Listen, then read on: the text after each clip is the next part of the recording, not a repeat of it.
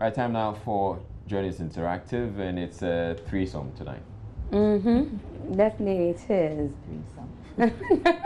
Right, you have some comments that have come to. Everybody has some of the comments that have come one through. from Ibrahim in Wale Wale, and he says the earlier the better the EC compile the list for the Supreme Court, and I guess that's in relation to the story about the Supreme Court's order to the Electoral Commission to compile those names. Who registered with the NHIS cards. Exactly.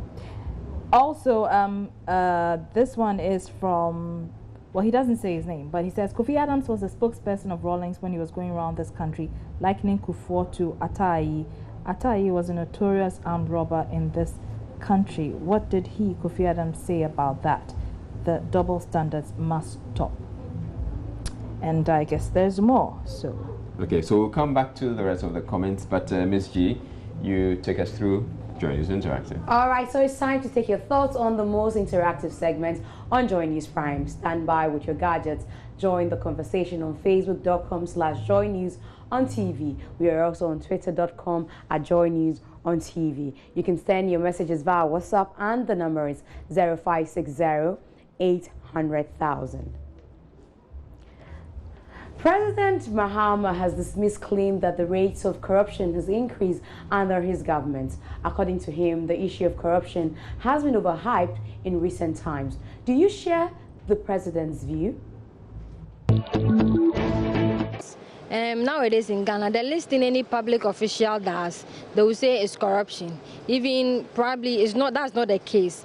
But because the corruption has been more in Ghana, the listing any public official does, they will say it's corruption, but that's not the issue. But to me, I agree with President Mahama saying corruption in Ghana is being hyped. Corruption in Ghana, in Africa, and worldwide, it's not new. But I think Ghana will blown it out of proportion in the sense that some people don't even investigate some of the accusations before they draw their conclusions. Some to maybe political lines, maybe just hatred for the person involved, then they draw their conclusions. So it's only God who can help this corruption to reduce. In fact, if you talk about these people that we see, or the presidents or the ministers, I don't think no one is perfect to make this corruption we see reduce. All right, so those are comments from the street, but back here in the studio, Raps in Israel. All right, so we have a number of comments here on Facebook. The story put Ghana's President Mahama condemns critics, anecdotal cry over government's corruption, and John Paul says, I just thank God that they claim the corruption has increased under the Mahama government, which simply means they were also corrupt when they were in power with fake promises. The NPP can even say all NDC members were corrupt. I hope the Ghanaians are not lesser gods. They hear and they see and would always make the best choices. Also, Imoro Abdul Latif says he should learn to keep his mouth shut because he has no moral right to even make comments regarding corruption. I think that we have to be civil in our comments.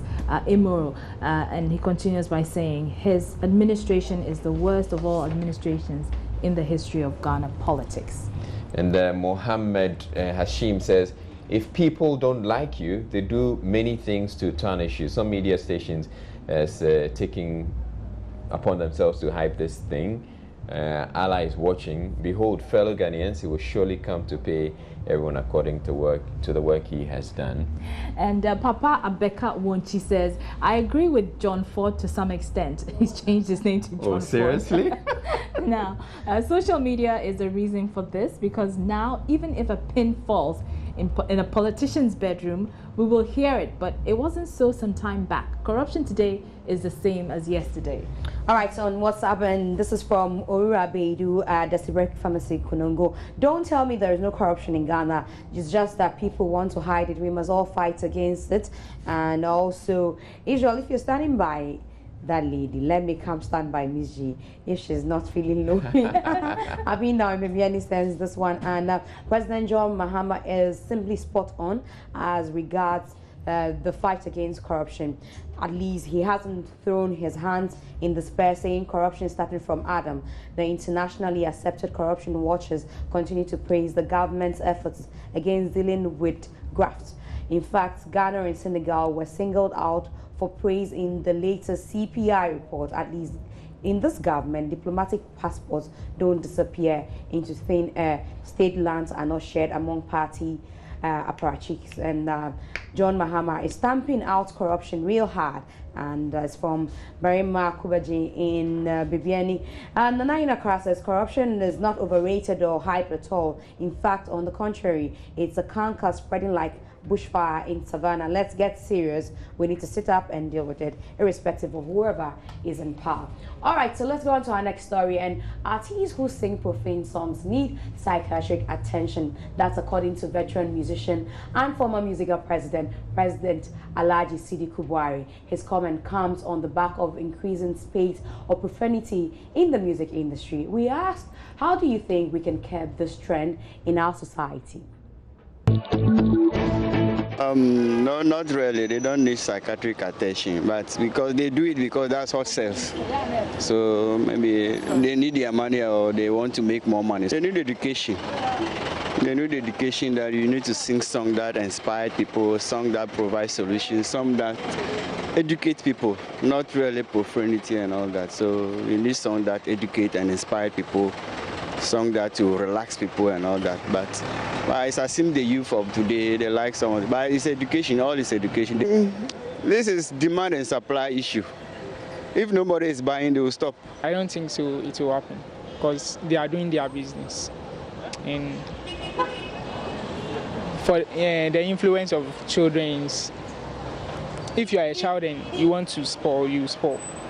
But if you decide not to spoil, it's up to you.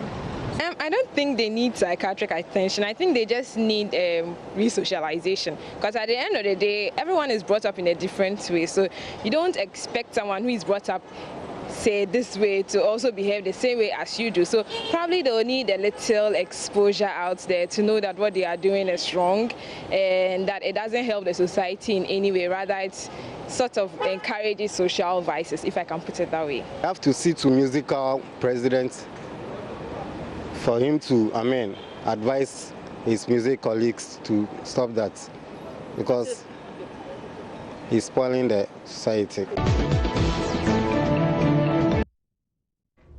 All right, so on Facebook, Junior Quality says some artists like Yapono and Shatawale and the likes must be banned from the Ghana music industry. Here is Africa and we are in Ghana. We respect our cultural values. Elvis says, I don't think so. However, singing profane songs doesn't make you mentally challenged because we all know youth of today patronize such songs more than on profane songs, or you mean clean, those with clean lyrics. So Alaji wants to tell us K3, K-Apia, the Lumba, A.B. Crenso, Nana Tufo, Rexomar, etc. must be dragged to see its psychiatrist. Profane music started way back, including the time you had the opportunity to manage Musica. If I may ask, what did you do during your tenure in Ghana? We talk much, less action. And Saliful One Heart says, okay, we're waiting to see what will happen if only it can be possible in Ghana. And KD Wonder says, I think the body that regulates them should fine them like Musica or NCA. They should be fined. And Wesley Benjamin says, great idea from a great man. Attack actresses first over public dressing, and your daughter Nadia will be the first to visit a psychiatrist. Some very harsh comments. Very harsh comments anyway. But let's go to the next story. And men who commit adultery could be sent to jail under a new law being debated by the Cameroonian parliament. Women in that country already face being jailed for between 2 to 6 months for having sexual relationships outside marriage. So we ask again, should this be replicated in Ghana? Culturally, polygamy is an African thing, and but it's just because of the Christianity and all that, it has gone down. And if you look at what the what our Muslim brothers do, they can marry more than. So if you are bringing that law, you have to take all that into consideration. The Muslims are there. We have the traditional guys who don't have a problem with polygamy. So bringing it to Ghana, we have an issue. It won't work. Yeah, if it was brought to Ghana, it will save a lot of marriages, especially men who are cheating on their wives. It also force some rule to help men who are doing those kind of things. My view is some religions support it, some religions do not support it. Some ethnic groups support it, some don't. So when it is enshrined in our constitution, whether you support it or not, you go by it. In Ghana, here, our beliefs are different from that of Cameroon or wherever it is. Therefore, what we have here as our culture, theirs is different. So we can't just adopt somebody's culture and then bring into our own country. It will disturb our culture in a particular way. So definitely, I don't think that is acceptable. It shouldn't be. When it is passed in Ghana, it's going to help reduce streetism, like people giving birth and then not taking care of them, and then their kids are left on the street just roaming about anyhow. I think it will help a lot. To reduce, so it's like some men doesn't respect women. That is what I think. At least to give women some respect. It will be like, okay, if the man will decide, if I'm not ready for this woman, then I'm not going for her. So I think if that law comes to Ghana, it will be like a respect. Men will respect women.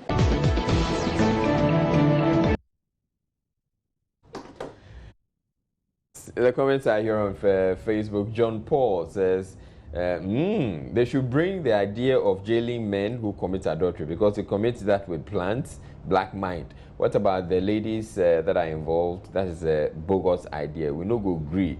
Adultery is at times corruption, which is already part of Ghanaians. Israel, you right? And this is a funny one from Rich MC. He says, the Parliament of Cameroon, don't they have anything better to discuss to improve the standards of living conditions of their people? As for Ghana's parliament, they won't even dream of such a topic, because they already know the kinds of insults they will receive on social media and mainstream media. And Godwin also comes in and says, this law can never have a space in our constitution, even if it has no time to implement it. And even if there is time, no one is ready to discuss it, because even those who will sit and implement this are all partners in crime. How can this law work in Ghana? Ms. G. Okay, so let's jump some messages from here on WhatsApp. An excellent idea, especially for those who believe, whose belief do support it. But more importantly, polygamy can easily lead to the spread of STI, HIV, AIDS, people murdering others over a session of infidelity, pouring acid on others, broken homes, etc., and people must be committed. Nonsense. So, but let's go on to trending picture, and especially designed. That's right behind you. For Ebra. Wow. When did this happen? Well, the thing is, who would wear this? Raps, will you wear it? Definitely not. I mean, this is like a costume. I think she's trying to channel Beyonce's look for the Met Gala, because Beyonce wore something similar, but it was tastefully done. This is like trash. This time around for her wedding, you know, and that's her groom right by her. Is that real? Yes. I thought it was a costume. No, that's someone's wedding. So you better design your look on your wedding day. You might want to wear something, you know, that looks like this. What did her in-laws say? That's what I'm interested. I'm sure they were present. Anyway, Israel, you haven't said anything at all. I can't think far. You can't think behind it. Anyway, Israel. All right, thank you very much. That's about it for Joy News Prime. Thank you for joining us, for bringing us entertainment, and for bringing us Joy News Interactive. Thank you. We appreciate you. So that's it for the bulletin. I've been doing this with Araba Kumsing. Yes. And we'll join you same time next week. For more news, you can log on to myjoyonline.com. We have loads of stories there you may want to check out. My name is Israelai. Good night. And I'm Araba Kumsing.